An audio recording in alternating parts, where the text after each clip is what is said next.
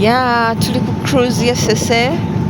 This is MV Kalangala wati bwatambula tunatera okudokkinga, so kwe kulaba nga abakulu abo bagenda ku nnanga. Nnanga z'emmeeri ziba nnene, ya ziba nnene, kale n'emiguwa mugiraba gibeera giri gyennyini heavy duty. Ya eri mmwe mwenna abasamira abasese ebintu bino musaanye mubimanye kubanga sooner or later kijja kwetaagisa okuyitirako essese. Muteekeddwa okubeera nga muli very well conversant n'embeera era nga mufuna that experience. Manyi nti ezo empewo ezibaliko bwe ziraba ennyanja bweti zifuna ekinyegenyege n'essanyu ery'okuddako eka. Kale nno munnange gye tuli tukuumayo era tubasuubira bazzukulu ba Kabaka Mukasa essaawa yonna okuba nga mujja eka. Njagadde olwaleero twogere ku bantu bano abagamba nti bannange nnyinza okufuna obuzibu ng'ate nze nninyibwako empewo, naye nnyinza okufuna obuzibu nga wendi ne bannange siina bwe mpita mpewo okubeera nga zitubuulira ekyokkola. Nsobola kukola ntya? Tuyinza okuba katugeze tuli mu mmotoka ng'omwo munnaffe omu n'afuna obuzibu naye nga tetuyina bwe tuyita bajjajja kubeebuuzaako, tetuyina kye tuyinza kukola. Tuyinza kuba tutya? Maama tuwe ku magezi. Guno mukutu twagamba tugenda kuyigiriza engeri gye tuwangaalamu n'empewo, otya bwe tukolagana nazo mu ngeri ez'enjawulo, tusobole okumanya ddala ddala tuyinza kumalako tutya. Twagamba nti empewo zino ez'enjawulo zoogera naffe mu ngeri ez'enjawulo, naye nga engeri esinga obukulu ennyo gye tuteekeddwa okukulaakulanya y'ey'okuba nti empewo zoogera naffe mu munda, mu mutima.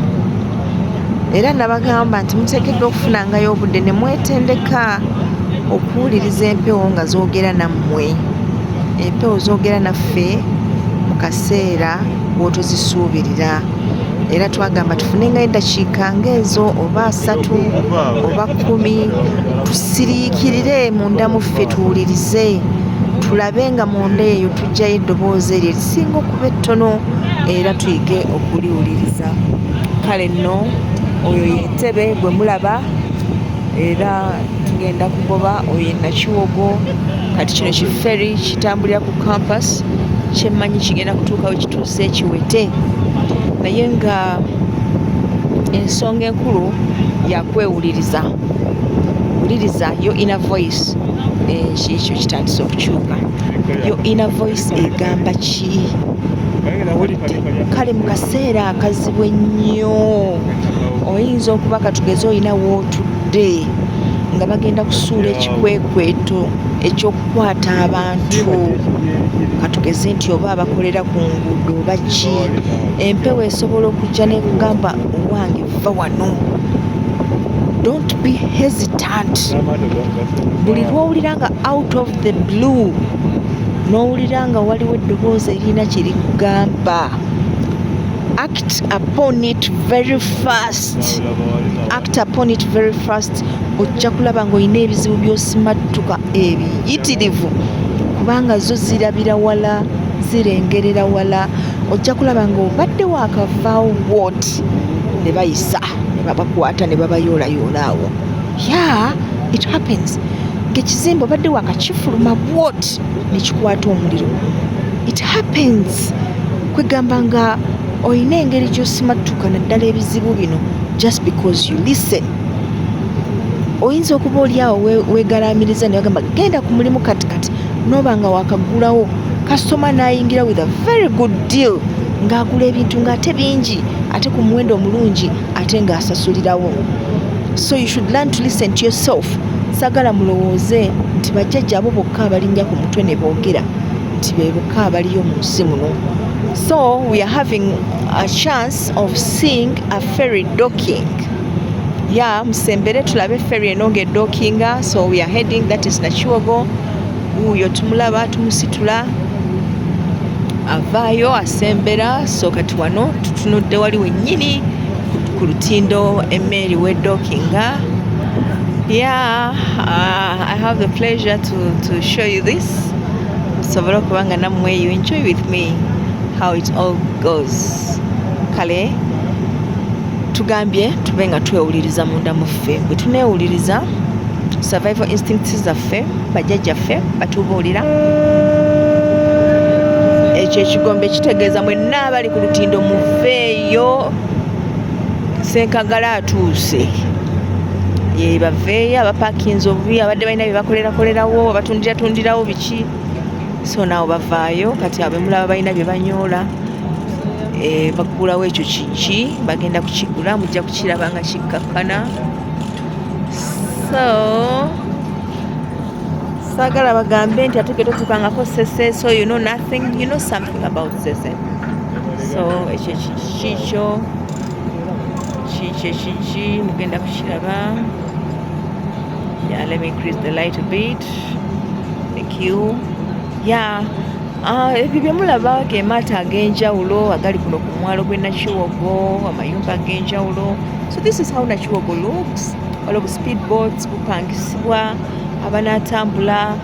Bangamba you're moving the camera very fast. No, it's not fast. Yeah, so kakati ekyo kyekigi ekigaadinga emmotoka abantu okubeera nga ferry ne bwe badde ki tebayinza kuyitako buyisi. Yeah, so bamaze okukisumulula anytime soon kigenda kuba kikkakkana nga tutuuse. Ekyo kiri mu Bwakitinda kubanga kyekitinda wali ne kigatta ferry eno ku lukalu, abantu ne batambulirako nga bakka ku lukalu mu kiraawe kitandise okukka. Kikyo kikka okulaba obulungi nga kikka okikomparinga n'abantu abakiriraanye, ojja kubanga olaba nti kikka bulungi. So that's how it goes. Kali ke tulaba eri ke kaferi k'ebuwaya, then kanakala nako kaferi k'ekalangala. Waliwo n'amaato amalala mangi, speedboats nga bwe muziraba. So now we are docking at Nakiwogo, and that's how we travel. Kakati we are set. We mulaba wali awayimiridde omusajja oyo ali mu blue, awo wetugenda okudockinga awo.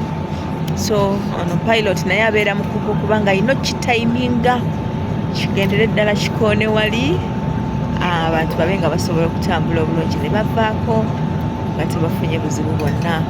Kale gwe oba obadde olowooza nti gwe olw'okuba ovuga emmotoka gwe mukugu wekka gwe tulina, muganda nga abakugu gye bali, asobola okumanya nti kati nze nvuga kino ekimeeri kinene, kuba kati yeebuwayo giraba nti nayo nnene naye ate teyenkana n'eno yaffe, teyenkana n'eno yaffe kubanga eyaffe erina ne kalina endala.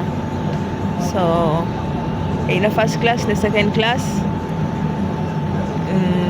njawulo sinene nnyo, just that first class otuula n'abakungu, second class n'otuula n'aba bulijjo, abaaje si baaje naye like this, aba bulijjo. Kati bwebega kutula ne bano abakola ku district biki otula mu first class, baba bayonjo, tebawogana nnyo, tebakola ki.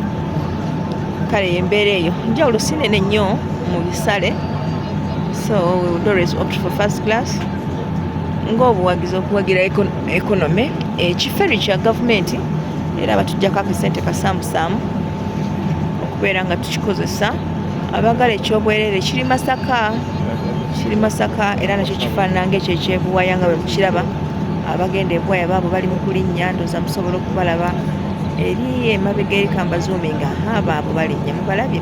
Era nabo bayita ku kitindu nga kino kati eno yaffe kyetaddewo nga balinnya baabo bagenda buwaya, batuulako ne mukalina baabo balaba. So abantu abamu bayitiraawo ne bacrossinga ne badda Mpigi kubanga Mpigi is nearer buwaya. Kwewala jjamu Buseganso bajja wano e Nakiwogo ne bacrossinga n'emmotoka zaabwe ne badda buwaya ne basalamu awo nakawuka paka Mpigi. Bizibu nnyo, mbawadde ne alternative routes. So oyo guide waffe abadde atugaidinga nga tulandinga. Kale no, next time you come to Kalangala you know what to do. Sagala olinye yebuwaya nga togenda Kalangala. I've seen that myself happen. so eyekalangala ebeera yekalangala. Mbadde njagala nnyo mbalaga abantu nga bavaako naye kirabika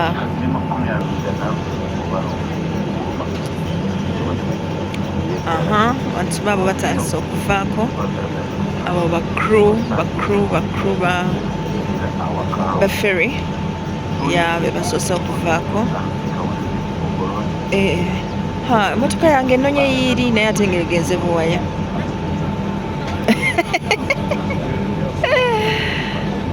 Genze Buwaya bannange, tufudde. N'ekyo tekyeraliikiriza nnyo, tetujja kubulwa etujja wano. Okay, so kati ali mu kutereera, ndowooza mukiraba how it works.